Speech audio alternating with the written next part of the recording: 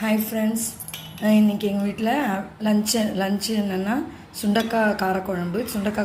சுண்டக்காவை wash பண்ணிவிட்டு நல்லா நசுக்கி வச்சுக்கணும்.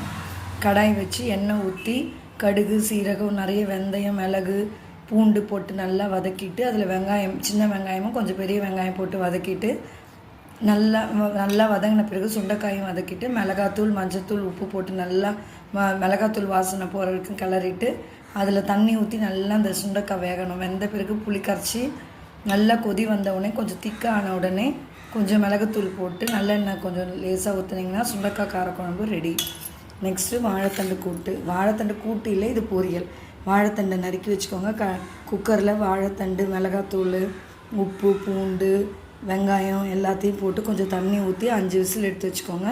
நெக்ஸ்ட்டு கடாய் வச்சு தாளித்து கொட்டினீங்கன்னா வாழைத்தண்டு ரெடி. Next white rice. இன்றைக்கி எங்கள் வீட்டில்